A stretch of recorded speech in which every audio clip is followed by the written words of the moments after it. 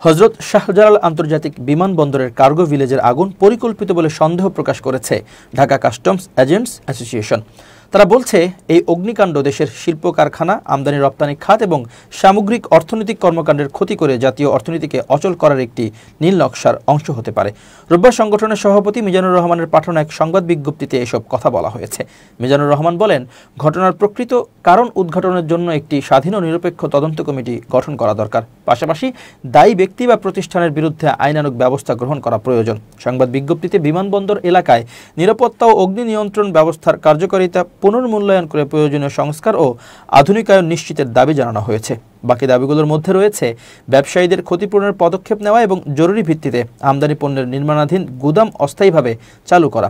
ক্ষয়ক্ষতি নিয়ে সংবাদ বিজ্ঞপ্তিতে বলা হয়, আমদানি পণ্যের গুদামে সংরক্ষিত সব পণ্য ভস্মীভূত হয়েছে। কিছু পণ্য অবিকৃত দেখা গেলেও তাপ ও ধোঁয়ার কারণে ব্যবহারের অনুপযোগী হয়ে পড়েছে।